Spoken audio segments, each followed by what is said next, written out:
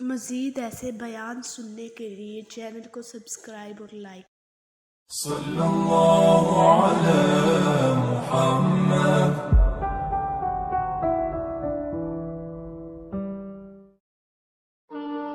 جناب عمر کا نام صرف کام نہیں، حضرت عمر کا نام انقلاب برپا کر دیتا ہے۔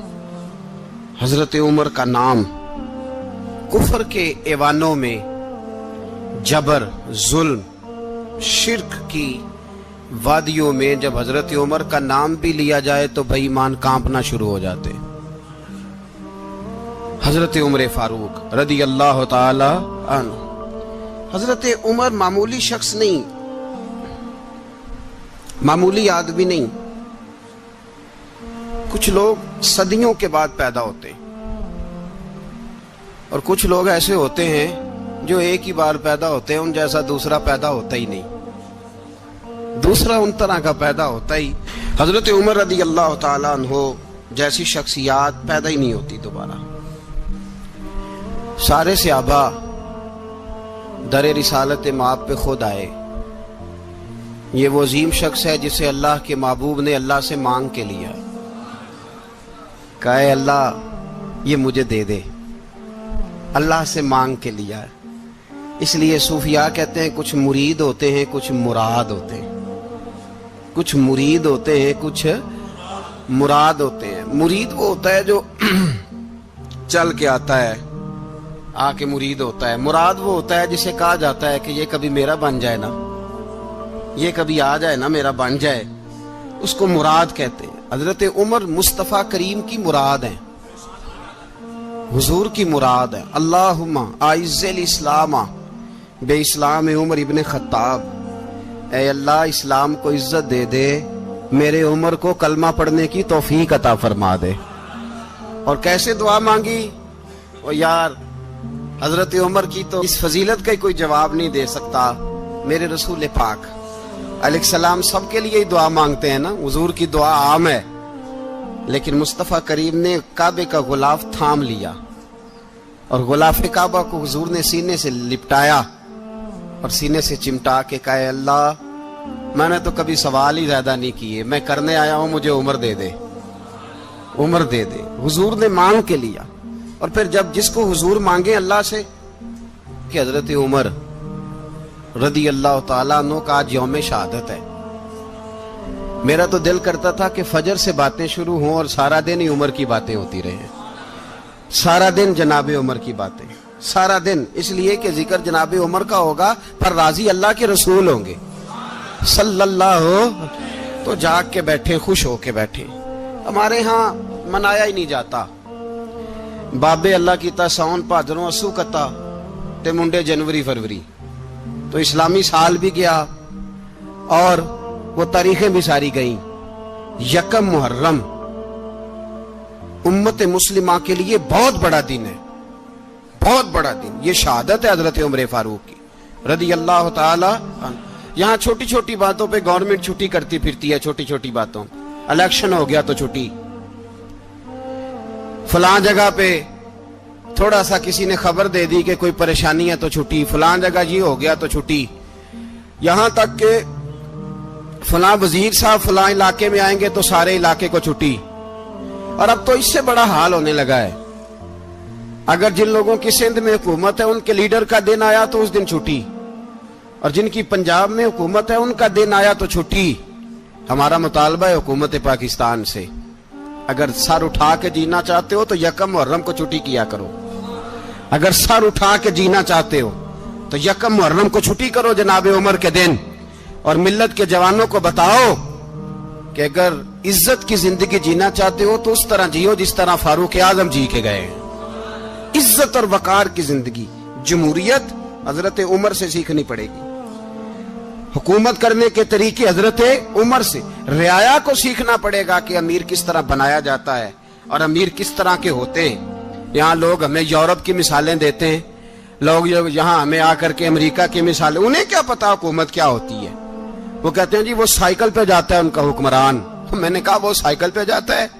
میرے عمر فاروق مدینے سے مکے گئے تھے تو پیدل ہی حج کرنے چلے گئے، پیدل ہی. اور جناب عمر فاروق رضی اللہ تعالیٰ عنہ عید کی نماز پڑھانے گئے. عید کی نماز عمر خطبہ عید دینے گئے. اور اس زمانے میں کون سا غریب ہے جو ننگے پاؤں جاتا ہو؟ کون سا غریب ہے جو مسجد ننگے پاؤں جاتا ہو؟ لوگوں نے تو 3 قسم کی چپلیں رکھی ہوئی ہیں. ایک مسجد جانے کی علیحدہ ہے, گھر پہننے کی علیحدہ ہے, شادی بیاہ پہ جانے کی چپل علیحدہ ہے. حضرت عمر فاروق رضی اللہ تعالیٰ عنہ نکلے عید کا خطبہ دینے کے لیے, تو بیوی سے کہنے لگے جوتا. اس نے کہا صاحب اتنی دفعہ ٹوٹا ہے, اب گانٹھا نہیں جا سکتا, اتنی دفعہ ٹوٹا ہے کہ اب دوبارہ پیمند نہیں لگ سکتے. تو حضرت عمر کہنے لگے چل کوئی حرج نہیں, بغیر جوتے کے ننگے پیر ہی چلتے ہیں, کوئی حرج نہیں. تو کہنے لگے لوگ کیا کہیں گے؟ فرمایا چپ کر. لوگ جس دن عمر نے یہ دیکھ لیا نا لوگ اس کے بارے میں کیا کہتے ہیں, اس دن عمر نہیں رہے گا. تو کہا پھر آپ کا نظریہ کیا ہے؟ فرمایا میرا نظریہ یہ ہے کہ رب رسول میرے بارے میں کیا کہتے ہیں. لوگوں کا کیا ہے؟ لوگ کل کسی کے بارے میں کچھ کہتے ہیں اور پرسوں کچھ کہتے ہیں. میرا نظریہ یہ ہے کہ رب رسول میرے بارے میں ننگے پیر عمر جا رہے ہیں. کون جی؟ میں بڑا ماڑا. اچھا جناب کیا غربت ہے؟ 10 قسم کے جوڑے لٹکے ہوئے ہیں کمرے میں, اور پہننے کی فرصت نہیں. سویرے کیا پہننا ہے, شام کیا پہننا ہے, 15 سوٹ کٹھے استری ہو کے لانڈری والا بھیج رہا ہے, اور تو غریب ہے. تو بہت بڑا غریب ہے. اس لیے کہ غربت پیسوں کی وجہ سے نہیں ہوتی, غربت تو دل کی ہوتی ہے. تو واقعی بڑا غریب ہے اور تو غریب ہی رہے گا. امیر تو عمر فاروق تھے جو ننگے پاؤں چلے گئے عید کی نماز پڑھانے. تو رستے میں جو ملا کہنے لگا عمر جوتا تو پہن لو. فرمایا تمہیں عمر کا جوتا نہ پہننے کا نقص تو نظر آیا ہے, کوئی حرج نہیں. اگر عمر کو کبھی بتانا ہوا تو وہ والا نقص بتانا جو عمر کی سیرت میں پیدا ہو, کردار میں پیدا ہو, وہ والا نقص بتانا. یہ چھوڑو جوتے آتے جاتے رہتے. ننگے پاؤں گئے, پاؤں دھوئے, نماز پڑھائی, لوٹ آئے. او بھائی یہاں تو ہمارا بناؤ سنگار اترنا, جتنی توجہ کپڑوں کی طرف ہے اتنی توجہ کبھی ہماری علم کی طرف ہوتی نا, جتنا ذوق شوق ہمارا بناؤ سنگار کی جانب ہے, اتنا بناؤ سنگار کبھی ہمارا اخلاقیات کی جانب ہوتا تو معاملات بڑی حد تک سنورے ہوئے ہوتے.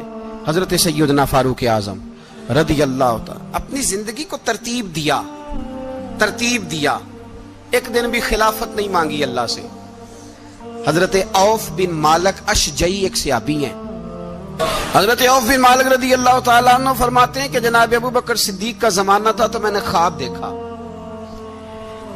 میں نے خواب میں جناب عمر کو دیکھا, اور میں نے دیکھا کہ کوئی کہنے والا کہہ رہا ہے کہ عمر وہ ہے کہ اللہ کے رستے میں کوئی اسے جتنا مرضی برا بھلا کہے یہ پرواہ نہیں کرتا. کس کے رستے میں؟ بولے سارے. اس کا مطلب ہے اللہ کے رستے میں لوگ برا بھلا بھی. قرآن مجید نے کہا وَلَا يَخَافُونَ لَوْمَةَ لَائِمٍ.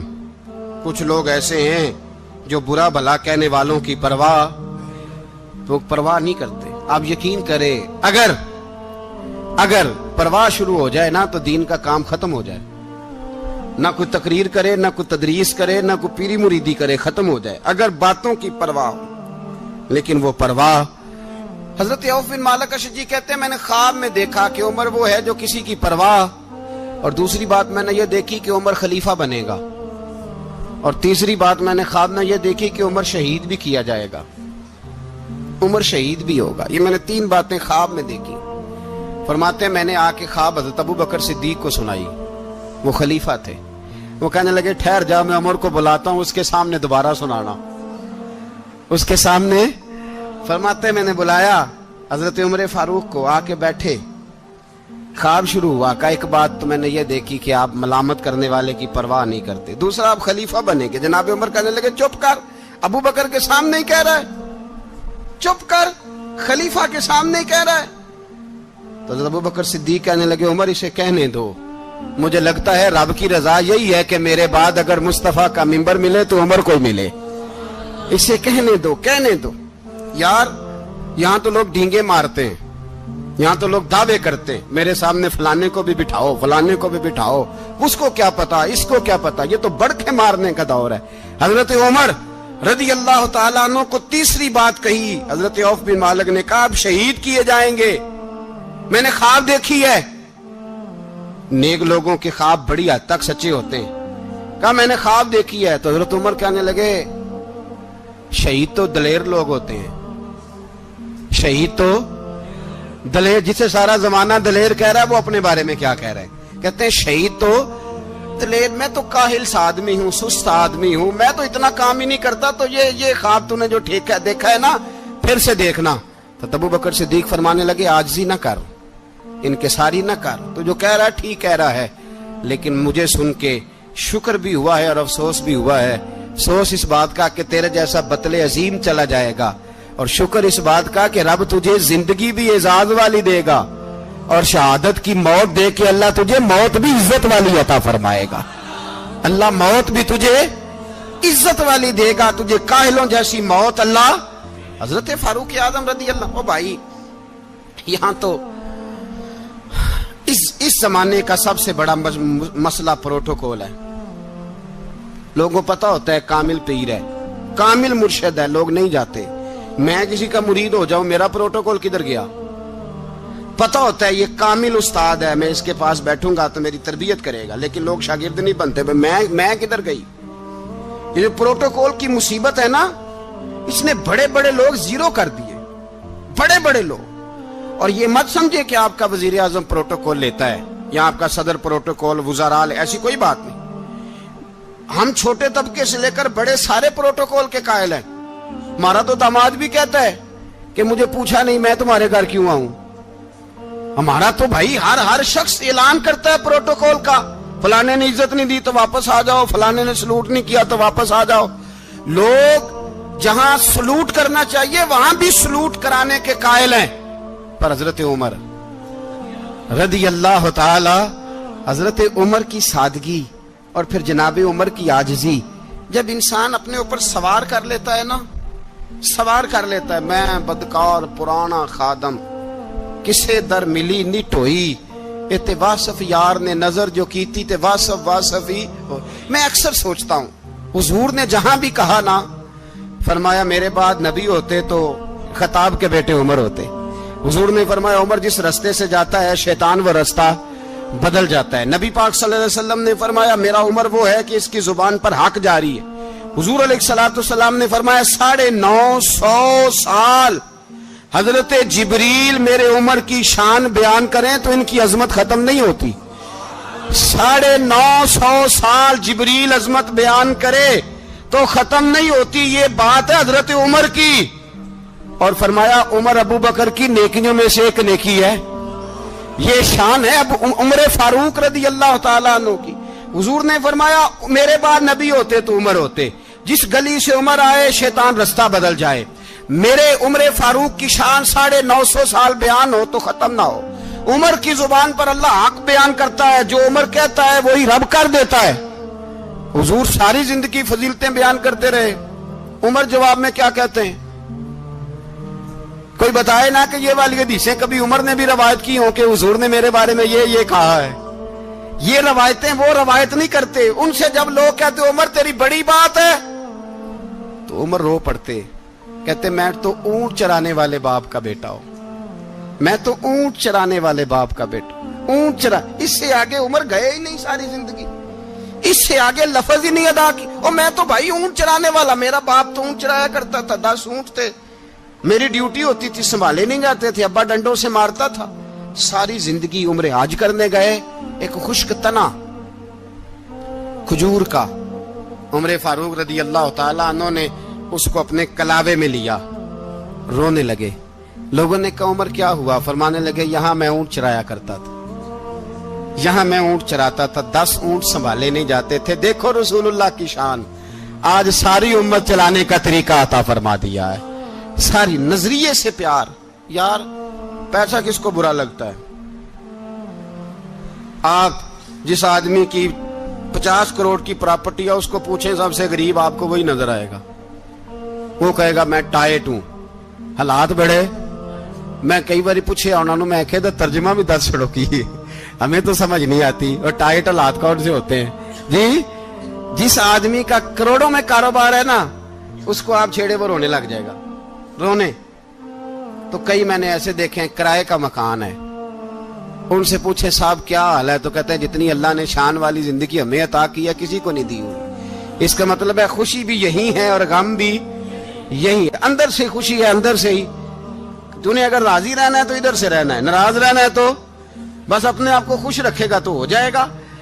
سارے صحابہ مل کے آئے, کہنے لگے عمر فاروق سے کہنا ہے نبی پاک کے زمانے میں تو ظاہراً غربت تھی, ابو بکر کے دور میں بھی غربت تھی, اب تو بڑا مال ہے. عمر سے سفارش کرو کہ عمر نیا کرتا پہنا کرے. ملکوں کے سفیر آتے, عمر وہی پھٹی پرانی چادر اوڑھ کے اور وہی کئی جگہ پہ پیوند لگے سوٹ پہن کے سفیروں کے سامنے بیٹھ جاتا ہے. عمر کو مشورہ دو, طے ہو گئی بات. سب نے جب مشورہ دے لیا تو سارے کہنے لگے یہ بتاؤ شیر کی مونچھ کو ہاتھ کون لگائے گا, کہنا کس نے ہے, بندہ بھی تو ڈھونڈو نا. نے کہا جناب میرا یہ خیال ہے کہ مولا علی شیر خدا کہیں گے, کیونکہ جس شخص کی عمر کو سب سے زیادہ حیا کرتے دیکھا وہ شیر خدا مولا علی ہے رضی اللہ تعالی علی کہیں گے. اس لیے کہ جناب علی تو کئی دفعہ جب گفتگو کرتے تھے تو حضرت عمر چپ کر جاتے تھے اور فرماتے تھے علی نہ ہوتا تو میں ہلاک ہو جاتا. تو کہا علی سے کہو. جناب علی شیر خدا کو بلایا, کس کام کے لیے جی؟ اللہ اکبر. یہ ذرا آپ نے اس دور پہ اس بات کو ذرا لاکا جناب ان سے کہیں کہ زیادہ نہیں, ایک کرتا نیا پہن لے. سفیر آتے ہیں, وزیر آتے ہیں تو ایک کرتا نیا پہن لے. حضرت علی کو بلایا, آپ فرمانے لگے کوئی اور بات ہوتی تو میں کہہ دیتا, یہ والی میں نہیں کہہ سکتا. کوئی اور ہوتی تو میں عمر کو کئی دفعہ کہہ دیتا ہوں, جلال میں بھی تو سن, یہ والی میں نہیں کہہ سکتا. میں تمہیں ایک مشورہ دیتا ہوں. کہا وہ کیا؟ کہنے لگے سید عائشہ صدیقہ سے کہو, وہ مومنوں کی ماں ہیں, عمر ٹالے گا نہیں. اماں جی سے جا کے کہا اماں جی نیا کرتا عمر سے کہیں پہن لیں, وزیر آتے ہیں بڑے بڑے لوگ تو چلو کوئی حرج نہیں. اماں جی نے کہا اچھا کوئی بات نہیں میں بلا لیتی ہوں. جناب عائشہ نے پیغام بھیجا. جب خادم نے کہا نا مصطفیٰ کے گھر سے پیغام آیا ہے, تو 20 لوگ بیٹھے تھے. عمر کانپتے ہوئے اٹھے, کانپتے دوڑے. حضرت عائشہ پردے میں تھی تو فرماتی ہیں عمر اتحیات کی حالت میں بیٹھ گئے. کہا اماں جی دیر تو نہیں ہو گئی مجھے آنے میں؟ کہا نہیں ٹائم پہ آ گئے ہو. کس لیے بلایا تھا؟ کہا عمر دیکھو غربت کے معاملات اور ہوتے ہیں, جب اللہ آسانی دے تو کوئی چیز استعمال کرنا حرام نہیں ہوتی, اگر حرام ہے تو بتاؤ. کہا نہیں اماں جی حلال ہی ہے. تو فرمایا پھر اتنے سفیر آتے ہیں, مشیر آتے ہیں, اب تو مال غنیمت بڑا آتا ہے, ڈھیر لگ جاتے ہیں مسجد میں, تو چل ایک نیا کرتا تم بھی پہن لیا کرو. اور آپ نیا کرتا پہنو گے تو دھاک بیٹھے گی غیروں پر. تو صحابہ کا مشورہ ہے کہ آپ نیا لباس پہنے. اماں جی کہتی ہے میں نے حکم دیا تو عمر چپ کر گئے, گردن جھک گئی.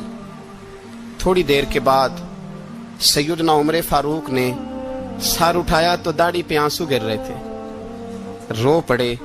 کہنے لگے پاک محبوب کی پاک بیوی جیسے حکم کرتی ہو میں حاضر ہوں, پر مجھے وہ والا لباس پہنانا جو میرے مصطفیٰ نے پسند فرمایا ہے.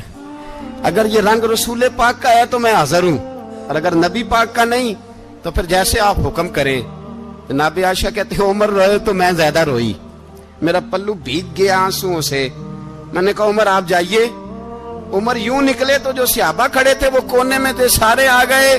کہا اماں جی کیا بناؤ؟ فرمایا بھائی تم سب جو باتیں کہتے ہو وہ اپنی جگہ ٹھیک ہیں, پر عمر جو بات کرتا ہے وہ سب سے زیادہ ٹھیک ہے. عمر جس پہلو پر بات کرتا ہے وہ یار ایسی عاجزی, ایسا رنگ, ایسا انداز, ایسا طرز حیات, ایسی زندگی. اولاد کے معاملے میں لوگ بزدل ہو جاتے ہیں, بزدل. پر حضرت عمر کا بیٹا مصر گیا, وہاں سے کمائی کر کے لایا, تجارت کرنے گیا, لاکھوں کا مال. کون سا باپ ہے دنیا میں جس کا بیٹا باہر سے پیسے لے کے آئے تو ابا تفصیل پوچھے کہ بیٹا کہاں سے کمائے, کہاں سے لایا, کتنے ملے, کیوں آئے؟ کون سا باپ تفصیل پوچھتا ہے؟ ابا تو کہتا ہے لا صحیح, اور تعریفیں کرتا ہے میرا بیٹا بڑی کمائی کرتا ہے. کبھی پوچھا ہے اس سے کہ ڈیوٹی صحیح دیتا ہے کہ نہیں؟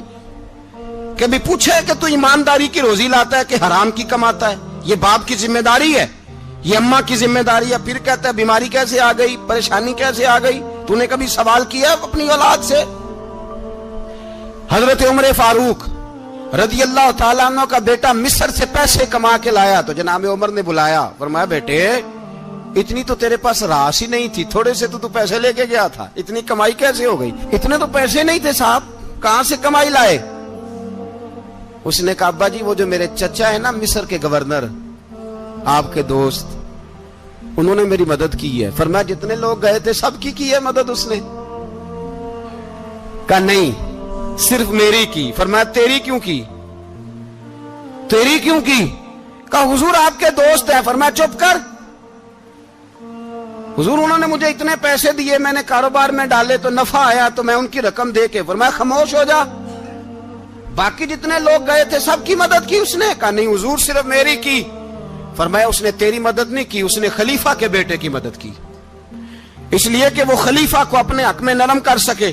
فرمایا آدھا مال تیرا ہے، آدھا مال غنیمت کا ہے، مال خزانہ کا ہے، مسلمانوں کا ہے، اس لیے کہ تو جو وہاں سے مال کما کے لایا ہے وہ اپنے باپ کے خلیفہ ہونے کی وجہ سے کما کے لایا ہے، لہذا رکھ ادھر۔ یہاں کہتے ہیں کدھر سے آیا، کیسے آیا، کون سا حساب دیں، کیا کریں؟ او بھائی حضرت عمر رضی اللہ تعالیٰ عنہ کا اپنی اولاد کے بارے میں یہ رنگ ہے۔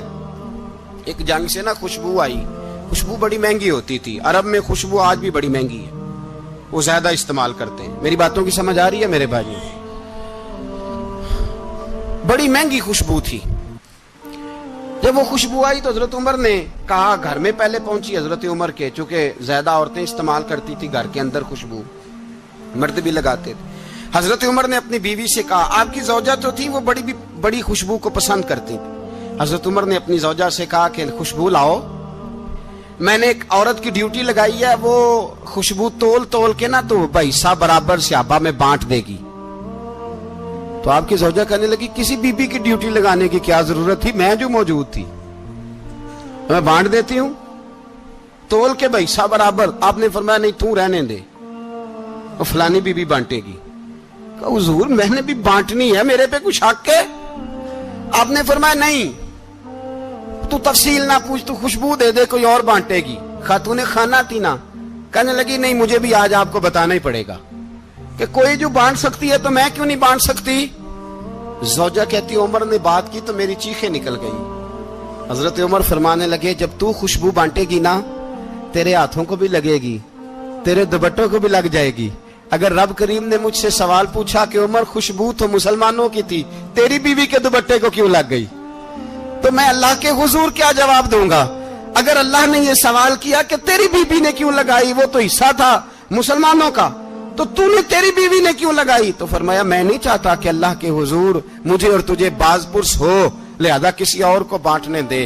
زوجہ روئی اور تڑپ کے کہنے لگی عمر مجھے لگتا ہے صبح قیامت بھی تیری بیوی ہونے کی وجہ سے اللہ مجھے جنت عطا فرما دے گا، تیری زوجہ ہونے کی برکت سے۔ بھائی یہ معیار رکھا، خدا کی قسم ایسا شخص تاریخ میں دوبارہ نہیں آیا۔ اتنا بڑا آدمی، اتنا بڑا شخص، اتنا بڑا آدمی، اور پھر رنگ یہ ہے کہ عمر 22 لاکھ مربع میل کا حکمران، 22 لاکھ، اور کھجور کے درخت کے نیچے مٹی کا ڈھیلا لے کے سو گئے ہیں، پرواہ کوئی نہیں، کوئی مسئلہ ہی نہیں۔ 2 غلام ساتھ بیٹھے تو ایک روٹی حضرت عمر نے گھر سے منگوائی، تھوڑا سا سرکہ، تو غلام کہنے لگے ہم نے بھی کھانی ہے۔ فرمایا کوئی حرج نہیں، روٹی کو پیٹ بھر کے کھانا ضروری تو نہیں، 3 حصوں میں بانٹ لیتے۔ ایک آدمی آیا ہوا تھا مصر کا رہنے والا ملنے کے لیے، اس نے پوچھا عمر کدھر ہیں؟ تو کہا وہ ادھر جاؤ مسجد میں بیٹھے ہوں گے، اور واپس آیا تو کہنے لگا وہاں تو 3 غلام بیٹھے ہیں، ایک روٹی بانٹ کے کھا رہے ہیں، لگتا ہے کئی دنوں سے روٹی نہیں ملی۔ کہا 3 غلام تو کوئی نہیں، وہاں 2 ہی تھے، تیسرے تو امیر المومنین تھے۔ اس نے کہا نہیں 3 غلام ہیں، کپڑے بھی ایک طرح کے پہنے ہوئے ہیں، بلکہ 2 کے تو پھر صحیح ہیں، تیسرے کے تو زیادہ ماڑے ہیں، کپڑے بھی ایک طرح کے، کھانا پینا بھی ایک طرح کا، اور ان کا نشست برخاست بھی ایک طرح کی ہے، لہذا کوئی فرق نہیں۔ حضرت ابو ہریرہ کہتے ہیں میں لے کے آیا، اور جناب عمر کو جب میں نے کچی زمین میں تامت سمیٹ بیٹھے دیکھا تو میں رو پڑا۔ میں نے اس مصر سے آنے والے کو کہا تو اس کے جلوے دیکھ، اگر اس کی ذات میں اتنا حسن ہے تو محمد عربی کا مقام کیا ہوگا؟ یہ مقام غور ہے، مقام غور۔ 10 محرم کو لوگ دیگے پکائیں گے نا؟ نہیں پکانی ہے، کوئی بول دے نہیں ہاں نہ نہیں کر دے پروگرام بدلیا تو نہیں دی عید کی کہ وہی کام شروع ہویا ہے لاسٹ ایٹ ہونے والا کیوں جی پکنی ہے نا دیکھیں 10 محرم کو انشاءاللہ تعالی ہم بھی پکائیں گے انشاءاللہ یہاں بھی پروگرام ہوگا تو 10 محرم کو جو دیگ پکنی ہے تو ایسا نہیں ہو سکتا کہ 1 محرم کو حضرت عمر کے نام کی بھی کوئی پک جائے اگر امام حسن حسین کے نام کی دیگیں پکے تو جو امام حسن حسین کے سے پیار کرنے والے ہیں جو امام حسن حسین سے ہم لوگوں نے بھی عجیب رٹا اپنایا ہے نا ہم لوگ بات کا ایک پہلو دیکھتے ہیں دوسرا نہیں دیکھتے حضرت امام حسن اور حسین کو بھی نبی پاک نے شہید کہا اور جناب عمر کو بھی رسول اللہ نے خود شہید فرمایا شہید ہے خود فرمایا اپنی زبان سے کہ یہ شہید ہے خود میرا عمر شہید ہے تو ان کے نام کی دیگ نہیں پکنی چاہیے اس طرف نہیں ہماری توجہ ہونی چاہیے اور اہل بیت نبو یہ بات میں پہلے بھی کرتا ہوں آج پھر کرنا ضروری سمجھتا ہوں اہل بیت کا پیار سن لو کان کھول کے اہل بیت کا پیار اگر ہمیں کسی نے سکھایا ہے تو سیدنا عمر فاروق نے سکھایا ہے اہل بیت نبوت کی محبت اگر کسی نے سکھائی ہے تو کس نے سکھائی ہے بول کے بتائیے حضرت عمر نے اہل بیت کا پیار ہمیں حضرت عمر نے بول کر کے سکھایا ہے بھائی یاد رکھیں کسی کی طاقت نہیں تھی دم مارنے کی حضرت عمر کے سامنے طاقت ہی نہیں تھی کیسر و کسرا کانپ جاتے تھے جرأت ہی نہیں کرتے تھے حضرت اور ہمارے تو تعلقات بڑے ہیں نا غیروں سے حضرت ابو موسیٰ اشعری رضی اللہ تعالیٰ عنہ فرماتے ہیں میرا منشی عیسائی تھا وہ کاتب کہتے تھے وہ لوگ میرا حساب کتاب عیسائی تھا تو فرماتے ہیں ایک دن میں نے وہ سارا حساب کتاب لین دین کے حضرت عمر کو دکھائے تو فرمانے لگے جس نے لکھے ہیں اس کو بلاؤ کہنے لگے ضرور مسجد نہیں آ سکتا کیوں نہیں آ سکتا کہنے لگے وہ عیسائی ہے کہتے ہیں حضرت عمر جلال میں آ گئے آپ فرمانے لگے جنہیں رب دور کرتا ہے تم کیوں قریب کرتے ہو جنہیں اللہ دور کرتا ہے فرمایا تم غیروں کو اگر عہدے دو گے تو اپنوں کا کیا بنے گا اگر تم غیروں کو عہدے دو گے تو اپنوں کا یہ سوچ ہے جو آج برما کے مسلمانوں کے لیے بھی ضروری ہے کہا اگر تم غیروں کو عہدے دو گے تو اپنوں کا ہم نے غیروں کو عہدے دیے تو دیکھا نا اپنے کس طرح کاٹے جا رہے ہیں غیروں کو جو عہدے دے دیے یرانے سارے غیروں سے روز دعویٰ ہوتا ہے چین ہمارا سجن ہے چین ہمارا دوست ہے او بھائی دوست ہے تو اس سے کہو نا کہ برما تو تمہاری ایک چھوٹی سی ریاست ہے چین کے بغیر تو وہ سانس بھی نہیں لے سکتا اس کو کہو نا اس حکومت پہ دباؤ ڈالے لیکن ہم لوگوں نے غیروں کو عہدے دیے تو اپنے پس گئے حضرت عمر کہتے تھے ذمی کا ہم ادب کریں گے ذمی کافر کا ہم ایسا کافر جو مسلمان ریاست کو قبول کرے بدامنی نہ پھیلائے ایک آدمی کو آپ نے دیکھا آنکھوں سے نابینا ہے اور بھیک مانگ رہا ہے تو حضرت عمر کو نظر آ گیا فرمایا کون ہو اس نے کہا میں یہودی ہوں فرمایا بھیک کیوں مانگتے ہو کہا جب تک تندرست تھا مسلمانوں کو جزیہ دیتا تھا بوڑھا ہو گیا ہوں کیا کروں حضرت عمر نے گھوڑے کی پشت پہ بٹھایا کافر کو گھوڑے کی پشت پہ بٹھایا اور بٹھا کے مدینے لائے حضرت علی شیر خدا وزیر خزانہ تھے فرمایا علی اس کا وظیفہ جاری کرو کہا یہ کون ہے فرمایا یہ یہودی ہے لیکن یہ ہمیں جزیہ دیتا رہا بوڑھا ہو گیا بیچارہ بھیک مانگنے پہ مجبور ہے ہماری حکومت کے اندر رہتا ہے اس کا پورا وظیفہ جتنا خرچہ اتنا وظیفہ لگاؤ حضرت علی کہتے ہیں میں وظیفہ لگا رہا تھا اور وہ میرے نبی کا کلمہ پڑھ رہا تھا وہ رسول اللہ کا کلمہ پڑھ رہا تھا یہ مزاج یہ نہیں کہ کافر حضرت عمر نے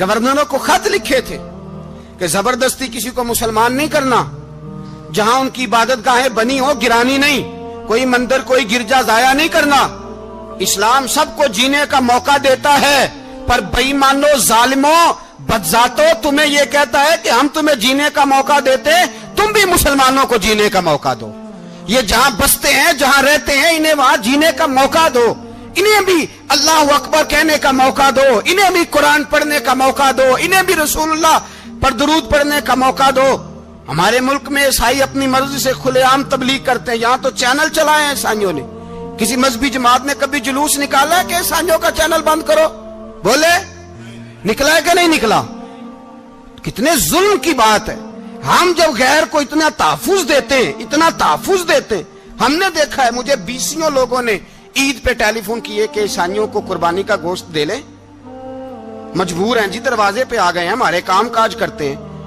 20 لوگ عام آدمی کے دل میں ان کا اتنا جذبہ ہے وہ مسائل کا بیان کرنا ایک علیحدہ بات لیکن اور کفر کس قدر زیادہ ذلیل ہو گیا ہے کہ مسلمان کے حق میں نرم ہوتا ہی نہیں. اور اس سے بڑے ذلیل وہ ہیں جو ان ذلیلوں کے سپورٹر ہیں. وہ کسی عرب ملک کے حکمران ہو یا کسی اور جگہ کے, وہ بڑے ذلیل ہیں جو ان ذلیلوں کے سپورٹر ہیں, جو برما کی بچیوں کے قتل پر اپنی حکومتیں چمکا رہے ہیں. انہیں شرم نہیں آتی. اس قدر مسلمان تڑپا ہے, لیکن ان بے غیرتوں کو ذرا ہوش نہیں آئی. اور یہ ان کے کماش, ان کے دلال جو ہر جگہ ان کی سپورٹ کر کے اپنی حکومتیں قائم کرتے ہیں, بے ایمانوں کو پتہ نہیں کہ کب ان پر اللہ کا عذاب اترے گا اور کس طرح ان کے پرخشے اڑیں گے. تمہیں اپنی ذلت اور رسوائی نظر نہیں آ رہی کہ زمین کس طرح تمہارے لیے تنگ ہو گئی ہے؟ اس سے زیادہ اور تمہاری رسوائی کیا ہوگی؟ ڈرو اللہ سے. اور یہ تو دنیا کا عذاب ہے. ان بطش ربک لشدید. میرا رب کہتا ہے قیامت تو قائم ہونے دے. جتنا سخت تیرے رب کی پکڑ ہے اتنی کسی دوسرے کی ہو سکتی. یاد رکھیں اور تھوڑا احتیاط کریں ہم سب لوگ بھی, جو ہم لوگ آدھی زبان بول کے بھی ان کی سپورٹ کرتے. اب شرم آنی چاہیے ہمیں ان حکومتوں کی سپورٹ کرتے جو مسلمانوں کی لاشوں کے اوپر حکومتیں قائم کرتے ہیں. شرم آنی چاہیے. بہرحال بات دور نکل جائے گی اور میں اپنے مضمون پہ رہتا ہوں. اہل بیت کا پیار اگر سکھایا ہے تو جناب عمر نے سکھایا ہے رضی اللہ تعالی عنہ. امام حسن ملنے, آپ یقین کریں میں جب اس واقعہ کو پڑھتا ہوں تو میرا دل جھوم جاتا ہے. میں کہتا ہوں یار ڈاڈا ہونا اپنی جگہ پہ, عشق ہونا اپنی جگہ پہ, انسان کا باوقار ہونا اپنی جگہ. جہاں کھڑے ہونا تھا وہاں یہ کھڑے ہوتے تھے, اور جہاں جھکنا تھا وہاں یہ ان لوگوں میں اقبال نے کہا تھا تیری نگاہ ناز سے دونوں مراد پا گئے. عقلے کی یاب و جستجو, عشق حضور و اضطراب. جہاں اگر آیا ہے سامنے کیسر و کسرا تو عمر جیسا دلیر کوئی نہیں. اگر سامنے آیا ایران کا بادشاہ تو عمر جیسا تگڑا کوئی نہیں. اگر آیا ہے سامنے غسان کا بادشاہ تو عمر جیسا عادل کوئی نہیں. لیکن اگر علی کا بیٹا آیا ہے, اگر فاطمہ کے لال پارے آئے ہیں تو پھر فاروق اعظم سے جیسا محب کوئی نہیں, پھر ان سے جیسا پیار کرنے والا کوئی نہیں. اندر بیٹھے ہیں جناب عمر, اندر تنہائی میں کچھ وزیروں سے گفتگو ہو رہی ہے, میٹنگیں جاری ہیں. آپ کے بیٹے ملنے آئے جناب عبداللہ ابن عمر. ابا جی ملنے آئے. بات ٹھہرو, بات کر رہا ہوں, کوئی نہ اندر آئے. صاحب زیادہ باہر کھڑا ہے. تھوڑی دیر گزری تو امام حسن بھی آ گئے. کون آئے؟ آپ کو جو ملے گا امام صاحب کا نام لینے سے, وہ سردار ہیں جنتیوں. کون آئے؟ سارے بولیے. امام حسن تیری نسل پاک میں ہے بچہ بچہ نور کا, تو ہے نے نور تیرا سب گھرانہ. امام حسن آئے تو حضرت عبداللہ ابن عمر کو دروازے پہ کھڑے دیکھا. کہا امیر المومنین کہاں ہیں؟ کہنے لگے حضرت عمر کے بیٹے. کہنے لگے وہ اندر بیٹھے, کچھ میٹنگ ہو رہی ہے, اور انہوں نے کہا کوئی اندر نہ آئے, لیکن آپ جانا چاہیں تو چلے جائیں. آپ جانا چاہیں تو تیری نسل پاک میں ہے بچہ بچہ نور, آپ جانا چاہیں تو چلے جائیں. تو انہوں نے کہا جب آپ باہر کھڑے ہیں تو مجھے کوئی اتنا ضروری کام نہیں, اور ابھی زور کی نماز تھوڑی دیر میں ہوگی, میں مسجد میں مل لوں گا امیر المومنین سے. یہ بات کہہ کہ امام حسن چلے گئے. یار اتنی بڑی بات نہیں تھی, اتنی بڑی بات نہیں تھی. وہ میرے استادوں کا بیٹا بھی آئے تو کہا ٹھیک ہے جی وہ سوئے ہوئے ہیں, کوئی غرض نہیں یار میں ٹھہر کے آ جاؤں گا. کوئی بڑی بات نہیں تھی, دیکھا جائے تو بڑی بات نہیں تھی, پر بات بہت بڑی تھی اس لیے کہ یہ خالی حسن نہیں, یہ حسن ابن علی ہے, یہ حضرت فاطمہ کے لخت جگر. حضرت عمر باہر نکلے. عبداللہ ابن عمر سے پوچھا کوئی آیا تو نہیں؟ تو کہا حضور امام حسن آئے تھے.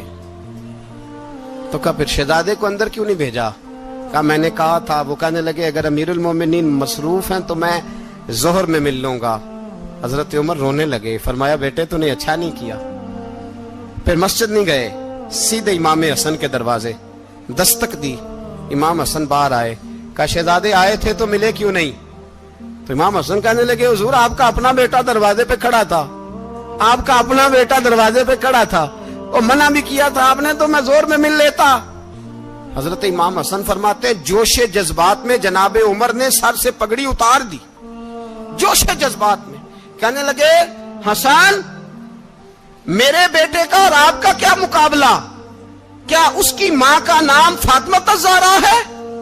کیا اس کی نانی کا نام ختیجۃ الکبریٰ ہے؟ کیا اس کے نانے کا نام محمد مصطفیٰ ہے؟ آپ کا اور اس کا کیا مقابلہ؟ پھر رو پڑے اور کہنے لگے بیٹے میں مکے کے صحراؤں میں اونٹ چرایا کرتا تھا, یہ جو میرے سر پر عزت کے بال ہیں یہ تیرے نانے کے اگائے ہوئے. میں مکے کے خبردار شہزادے خبردار. او بھائی اہل بیت نبوت کے ادب کا رنگ اگر سکھایا ہے تو سیدنا عمر نے سکھایا ہے. حضرت عمر فاروق اتھارٹی ہے، اسلام کی اتھارٹی. یکم محرم حضرت عمر کی شہادت ہے. یہودی بول اٹھا، کافر بول اٹھا. اگر 6 مہینے عمر دنیا میں اور رہتے تو دنیا میں کوئی کافر موجود نہ ہوتا. 6 مہینے. اور جب اس بطل جلیل کا جنازہ اٹھا، اللہ بخاری پڑھیے نا، اللہم ارزقنا شہادت فی سبیلک، اللہ بسترے کی موت نہ دینا، شہادت کی دینا. عمر شہید ہوئے، مسجد نبی میں نماز پڑھاتے. اور جب جنازہ اٹھا تو مدینے کا پھر پیچھے جو دلیر بچے وہ مولا علی تھے. مولا علی، جناب عمر کا جنازہ اٹھا تو سب سے پہلی ہائے جو نکلی وہ حضرت علی کی زبان سے نکلی. اور حضرت علی ساری داڑھی آنسوؤں سے بھر گئی. لوگوں نے کہا کہ علی کیا ہوا؟ فرمانے لگے تم دیکھ نہیں رہے جنازہ کس کا اٹھا ہے؟ پلٹ کے دیکھو تو صحیح، تم پتہ نہیں یہ کون گیا ہے؟ کہ حضور کیا ہوا؟ آپ فرمانے لگے عمر اس طرح کے کام کر کے گیا ہے، اب ان کے رستوں پہ کون چلے گا؟ کون اس کے جگر راہ وفا میں؟ میں نقش ایسے چھوڑ آیا ہوں، میں جس منزل سے گزرا ہوں وہ اب تک یاد کرتی ہے. حضرت علی حضرت عمر کے جنازے پہ کھڑے ہو کے کہتے ہیں اللہ مجھے اس طرح کے عمل کرنے کی توفیق دے جس طرح کے عمر کر کے گیا. میرے بھائی بطل عزیز، بطل حریت حضرت عمر رضی اللہ تعالیٰ عنہ جو اپنی زندگی انقلاب والی گزار کے گئے. عمر جب دنیا سے گئے تو 80 دینار کا قرضہ تھا. 22 لاکھ مربع میل کا حکمران. پر اپنے بیٹے سے کہنے لگے بیٹے کوشش کرنا تیرے خاندان والے مل کے میرا قرضہ اتار دے، میری قبر پہ بوجھ نہ رہے. اور اگر خاندان والے مدد نہ کریں تو میرے دوستوں سے بات کرنا، وہ مدد نہ کریں تو پھر علی سے بات کرنا.